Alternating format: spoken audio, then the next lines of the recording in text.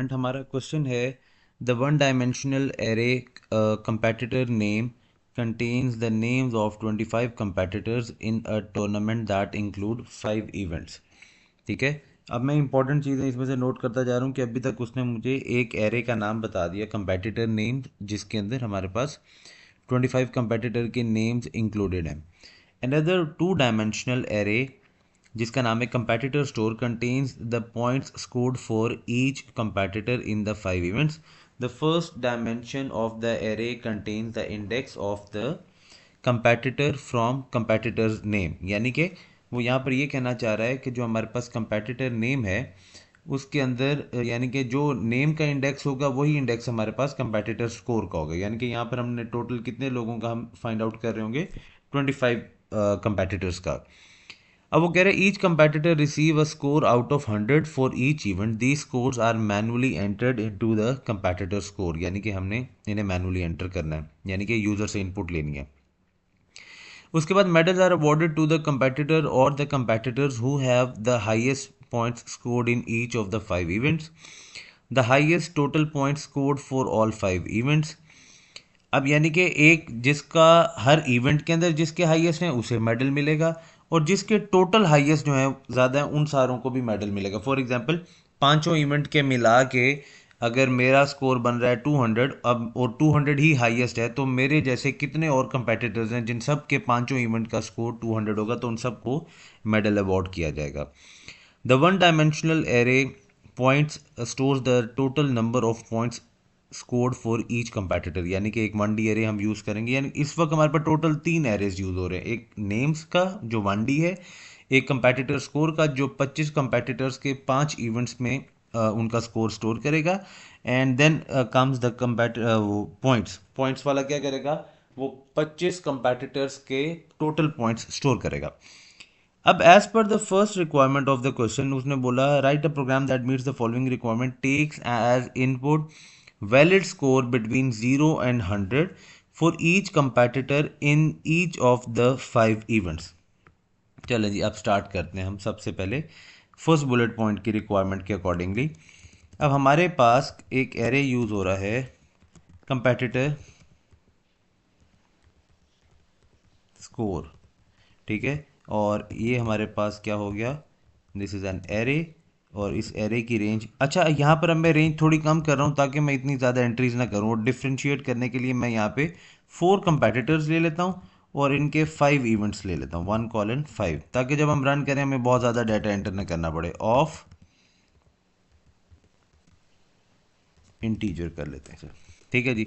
अच्छा जी, अब फॉर जैसे हम 2D एरे है ना, 2D एरे है कंपेटिटर, उसमें हमने डाटा स्टोर करना है, तो हमने लिख दिया फॉर रो काउंट 1 to 4। अब मैंने कितने कंपेटिटर्स लिए थे यहाँ पे, 4 कंपेटिटर्स लिए। अब इसमें कॉलम कितने हैं, 5। तो अब मैं क्या कर रहा हूँ, मैं इन सारों का डाटा एंटर करने लगा हूँ। फॉर कॉलम काउंट 1 to 5, ठीक है। अब मैंने पहले करवा दिया इनका इनपुट स्कोर, तो मैंने उसके लिए क्या करना है, मैंने प्रॉम्प्ट किया आउटपुट, मैंने लिख दिया enter the score for event. अब मैं इवेंट 1 सर लिखना चाह रहा हूँ। कंपेटिटर तो नहीं है, जी वन टू बेटा, फाइव नहीं, 1 to 25 नहीं होगा। क्या चीज़? कंपेटिटर्स तो 25 नहीं है। हाँ, 1 to 25 है ना, बट मैंने उसे कम कर दिया ताकि यहाँ पर जब मैं डाटा एंटर करूंगा ना तो मुझे बहुत ज़्यादा डाटा एंटर नहीं करना पड़ेगा ना, सिर्फ टेस्टिंग के लिए मैंने तो उसे कम कर दिया है। एज पर द रिक्वायरमेंट मैं इसे ये 25 ही कर देता हूँ, जैसे आप लोगों ने आपके सिलेबस की क्वेश्चन की रिक्वायरमेंट है तो मैं वैसे ही करता हूँ, बट इसे बाद में फिर हम चेंज कर लेंगे। चलो खैर, अब उसने लिखा enter the score for event 1, क्योंकि कॉलम काउंट में मेरे पास वैल्यू क्या है, 1, फिर 2, फिर 3, फिर 4, ठीक है। अब मैंने यहाँ लिख दिया इनपुट। अब आपकी चॉइस है, इसे आप डायरेक्ट एरे में इनपुट करें, तो मैं इनपुट इसे एरे में ही कर देता हूँ। Competitor score at row count comma column count. तो अब रो इस वक्त कौन सी सिलेक्टेड है, पहली रो सिलेक्टेड है, यानी कि पहला कंपेटिटर सिलेक्टेड है, और उस कंपेटिटर के हमने पहले इवेंट का स्कोर इनपुट कर दिया। अब यहीं पे उसने कहा था कि वैलिडेट करो कि वो 0 से 100 के बीच में होना, तो हमने लिख दिया while competitor score at row count comma column count is less than 0, और हमारे पास जो competitor score at row count comma column count अगर क्या है ग्रेटर देन है बेटा 100 के, तो हम क्या कर देंगे, डू एरर दे देंगे यहाँ पे। वो क्या होगा, प्रॉम्प्ट में ये एरर मैसेज दे रहा हूँ, enter valid score between 0 to 100 inclusive. ये मैंने उसे एरर मैसेज दे दिया। ठीक है, अब नीचे मैंने दोबारा वाइल लूप आया तो ट्वाइस इनपुट होने थे, तो मैंने input competitor score at row count comma column count. ठीक है, अच्छा जी, अब इसके बाद मैंने इसे कर दिया एंड वाइल। एंड वाइल के बाद नेक्स्ट कॉलम काउंट, और नेक्स्ट कॉलम काउंट के बाद नेक्स्ट रो काउंट। ठीक है, अब as per the requirement of the first bullet point आप देखें, उसने कहा था टेक्स एज इनपुट, मैंने इनपुट ले लिया valid score between 0 to 100 for each competitor in each of the 5 events. अब इसके अकॉर्डिंगली अगर आप कोड पर आए तो ये जो लाइन है, ये लाइन सिलेक्ट कर रही है 25 कंपेटिटर्स को, और ये फॉर लूप मेक श्योर कर रहा है कि उन 25 कंपेटिटर्स का 5 इवेंट्स में स्कोर इनपुट हो जाए। ठीक है, अब मैं अगर इसे रन करूं तो इसके अंदर मेरे पास कोई ऐसा वेरिएबल अगर मैंने नहीं यूज़ किया जो नया हो, जैसे उसने अब क्या लिख दिया, उसने लिखा 2, हाँ ये 2 मैंने इसकी रिक्वायरमेंट के अकॉर्डिंगली कैपिटल में लिखना था। खैर, ये आ गया। अब वो कह रहे हैं enter the score for event 1। अब मैंने पहला इवेंट का स्कोर किया, उसने दूसरे का इनपुट किया, फिर तीसरे इवेंट का, चौथे का, पांचवें का, छठे का। अब देखो फिर वो पहले दूसरे तीसरे पे आ गया, तो इट मीन्स अब ये दूसरे कंपेटिटर पे चला गया। ठीक है, तो हमारे पास यहाँ पर थोड़ी मीनिंगफुल स्टेटमेंट होनी चाहिए थी, इसलिए हमारे पास एक एरे यहाँ पर यूज़ हुआ था। अब मैं स्टेटमेंट को थोड़ा और खूबसूरत बना रहा हूँ और मीनिंगफुल बना रहा हूँ। ये कंपेटिटर नेम है, मैं यहाँ से ये एरे उठा लेता हूँ। अब मैं इसे एज इट इज़ लिखता हूँ, declare competitor name colon array. ठीक है, और एरे में मैं इसकी रेंज लिख देता हूँ 1:20। 25 की जगह मैं इसे इसीलिए 5 लिख रहा हूँ ताकि मैं इसे इस इधर भी बल्कि इसे 5 ही कर देता हूँ। आप लोग बस समझिएगा कि 5 कंपेटिटर के 5 इवेंट्स में हमने करना है, क्योंकि अभी मैं एंट्री करके आपको दिखाऊंगा ना। ठीक है, बल्कि अभी एंट्री को छोड़ो, मैं इसे 25 ही कर देता हूँ। आप लोग वैसे ही जाने थे जैसे आपकी क्वेश्चन की रिक्वायरमेंट है। अच्छा जी, अब ये भी 25 कंपेटिटर का नेम हो गया, तो ऑफ हमारे पास डेटा टाइप क्या आ गई, इसकी स्ट्रिंग। चलो, अब मैं इसे जब रन करता हूँ, मैं इसमें थोड़ी सी चेंजेस करता हूँ, ज़रा देखिएगा स्टेटमेंट। अब मैं कहता हूँ कि जी पहले कंपेटिटर का आपका नेम होना चाहिए, तो मैं यहाँ पर एरे कंपेटिटर नेम में इनिशियलाइज कर देता हूँ नाम। ठीक है, अब क्योंकि 25 नाम है तो मैं 25 नहीं लिखता, मैं इसमें अली, और दूसरा मैंने कर दिया हादी। ठीक है, और ऐसे ही मैं स्पेस दे के लिख देता हूँ अबरार। ठीक है, अभी मैं 3 नाम ले लेता हूँ, तो थोड़ा सा इसे मैं देखना, मैं यहाँ पर क्या करता हूँ, मैं इधर लिखता हूँ कंपेटिटर नेम ऐट हमारे पास रो काउंट, तो पहले नाम को उठाएगा। तो अब जब मैं इसे रन करूँगा तो उसने क्या है, इसके बाद सॉरी कॉमा आना चाहिए था, और यहाँ से मैं एंटर के बाद एंटर से पहले स्पेस देता हूँ। अब वो कह रहा है कि भाई तुम्हारे पास साइज 25 का था, नाम तुमने 3 लिखे, तो इसलिए एरर दे रहा है। मैं इसलिए आप लोगों को बोल रहा था कि इसे हम कर लेते हैं 5 पे।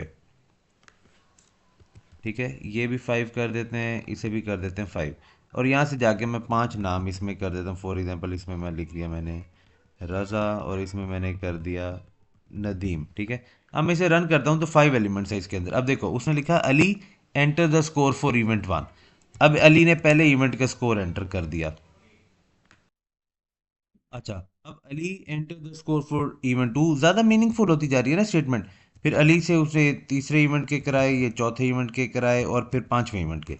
अब जैसे ही अली के बाद देखो सेकंड इंडेक्स पे नाम किसका था, हादी का, तो आ गया Hadi enter the score for event 1। तो स्टेटमेंट हमारी और मीनिंगफुल होती जाएगी और उतनी रीडेबल बनती जाएगी। क्लैरिटी होगी कि अब हम किसका स्कोर एंटर कर रहे हैं और किस इवेंट के लिए कर रहे हैं। ठीक हो गया, एक तो ये चीज़ होगी। अब इसके अकॉर्डिंगली देखें, as per the requirement of first bullet point हमने ये पूरा काम कर दिया। अब सेकंड बुलेट पॉइंट में उसने कहा calculate the highest points scored for each event. ठीक है, अब highest points scored for each event का मतलब ये है कि हमारे पास जो पहला इवेंट है इसके अंदर हमारे पास कितने लोगों के हाईएस्ट पॉइंट्स थे। ठीक है, हाईएस्ट पॉइंट पहले इवेंट में कितने थे। अब पहला इवेंट से मुराद ये है कि जैसे हमारे पास यहाँ पे हमने अभी लिखा कंपेटिटर नेम और स्कोर के अंदर हमने ये 5 कंपेटिटर्स लिए हैं और ये हमारे पास इनके 5 इवेंट्स हैं। तो हर इवेंट में किस किस के हाईएस्ट स्कोर थे उसके अकॉर्डिंगली हमने अब इसे चेक करना है। चलो जी, अब मैं क्या करता हूँ, अब आप लोग थोड़ी सी लॉजिक को समझिएगा। अब मुझे एक सेलेक्ट करना है कॉलम और उस कॉलम के अंदर सारी रोज को चेक करना है क्योंकि एक इवेंट एक कॉलम में पड़ा है। ठीक है, तो मैंने इसके लिए क्या कर दिया, मैंने कॉलम कॉलम काउंट हम आउटर लूप में ले लेते हैं। For column count 1 2 5। ठीक है, और फॉर रो काउंट 1 2 सॉरी 2 5। और यहाँ पर अब मैंने लिख दिया इफ़ हमारे पास जो है एरे का नाम क्या था, if competitor score at row count comma column count. अब अगर आप लोग इस स्टेटमेंट को देखें तो इस वक्त रो मेरी चेंज हो रही है, कॉलम चेंज नहीं हो रहा क्योंकि कॉलम तो नेक्स्ट कॉलम काउंट पे जाएगा तो चेंज करेगा ना। अगर ये ग्रेटर देन है हाईएस्ट, ठीक है, तो क्या कर दो, इसको हाईएस्ट के एरे में स्टोर कर दो। तो अब हाईएस्ट के एरे के कॉन्सेप्ट की रीज़न क्या थी कि हमें पांचों इवेंट का हाईएस्ट स्कोर चाहिए और उसने as per the requirement of the question उसने यहाँ लिखा बेटा आउटपुट द नेम्स। उसने नेम नहीं कहा। इट मीन्स कि वो एज्यूम कर रहा है कि कोई एक से ज़्यादा लोग होंगे जिनका सेम स्कोर होगा। इसी वजह से हमें ये एक नया एरे खुद से बनाना पड़ेगा हाईएस्ट के नाम का। किसी को कोई कंफ्यूजन हो इसमें कि हम ये एरे क्यों बना रहे हैं?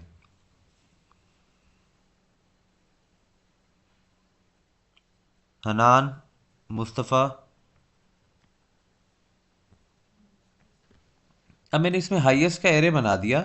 अब मैं कह रहा हूं कि अगर ये competitor score at row count comma column count greater than highest है, ठीक है, अब हाईएस्ट के एरे को पहले खाली करने के लिए क्या तरीका है कि उसको इनिशियलाइज कर दो, यहीं पे लिख दो फॉर काउंट 1 2 5। ठीक है, हाईएस्ट एट काउंट में स्टोर कर दो क्या चीज़, ज़ीरो। अब इसने पूरे एरे को कर दिया नेक्स्ट और मैंने लिख दिया काउंट नेक्स्ट। अब ये क्या करेगा, ये पूरे एरे को जाके ज़ीरो से इनिशियलाइज कर देगा। अब जब मैंने इसमें फाइंड आउट करना शुरू किया तो हाईएस्ट एट 1 भी ज़ीरो हो गया, हाईएस्ट एट 2 भी ज़ीरो होगा इनिशियली। तो मैंने लिख दिया जी अगर if competitor score at row count comma column count is greater than highest at, हमारे पास क्या है, कॉलम काउंट, क्योंकि रो तो चेंज होनी है। ठीक है, अगर हमारे पास वो हाईएस्ट एट कॉलम काउंट है तो इसे क्या कर दो इसमें, देन इसी स्कोर को उठा के ये हाईएस्ट ऐड कॉलम काउंट में स्टोर कर दो, यानी कि ये 1D है, इसके अंदर स्टोर कर दो कंपेटिटर स्कोर। इसके इस स्टेप में किसी को कोई प्रॉब्लम हो, ये तो सिंपल हम हाईएस्ट और लोएस्ट वाला कॉन्सेप्ट यूज़ कर रहे हैं ना, इसमें किसी को कोई प्रॉब्लम हो तो आप लोग पूछ सकते हैं।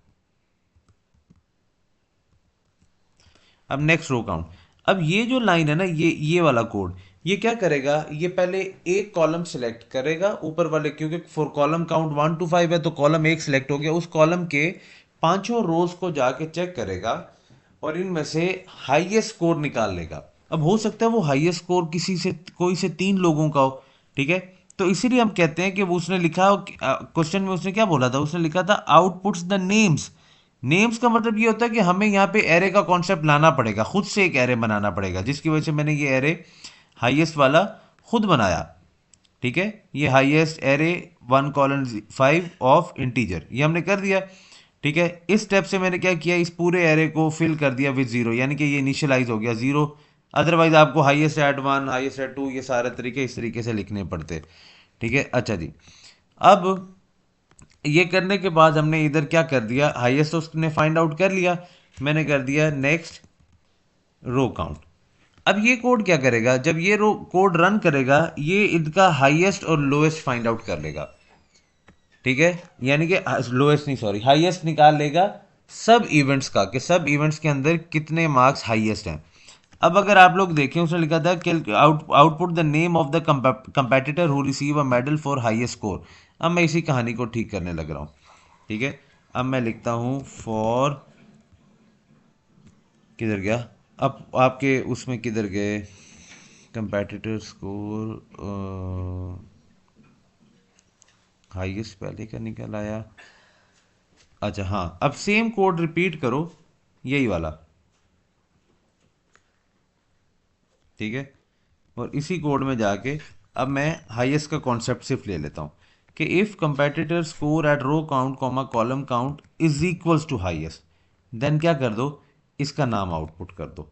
देन आउटपुट इसका नाम, ठीक है, यहाँ पे इसके ऊपर जाके मैं पहले एक आउटपुट स्टेटमेंट दे देता हूँ। अभी मैं आपको जब रन करके दिखाऊंगा ना, आपको सारी कहानी समझ आ जाएगी। अब इसमें हम क्या लिख देते हैं, मेडल विनर्स।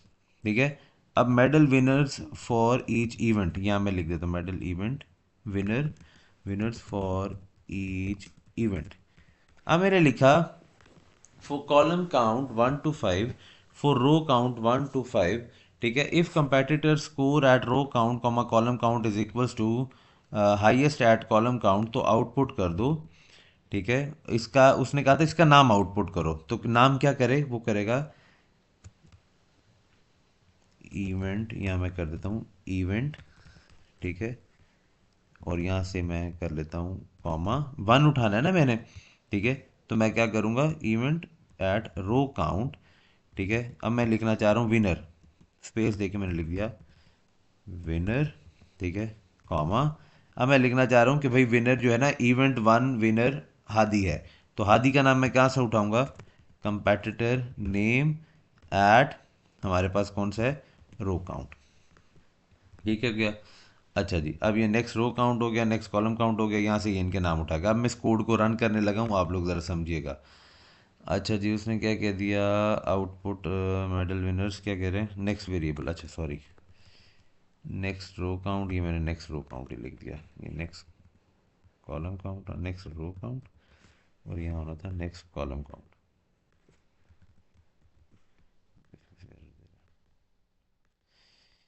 अच्छा जी,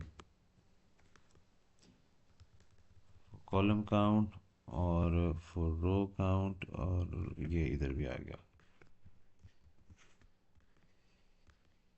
अच्छा जी, वो कह रहे हैं Ali enter the score for event 1, Ali के पहले इवेंट का स्कोर, अली के दूसरे इवेंट का स्कोर, अली के तीसरे इवेंट का स्कोर, चौथे इवेंट का स्कोर, पांचवें इवेंट का स्कोर, फिर हादी के पहले इवेंट का स्कोर, हादी के दूसरे इवेंट का स्कोर, तीसरे इवेंट का स्कोर, चौथे का, पांचवें का।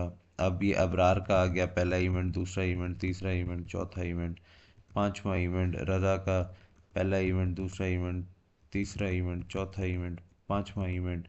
फिर उसके बाद नदीम का पहला इवेंट, दूसरा इवेंट, तीसरा इवेंट, चौथा इवेंट, पांचवा इवेंट। ठीक है, अब इस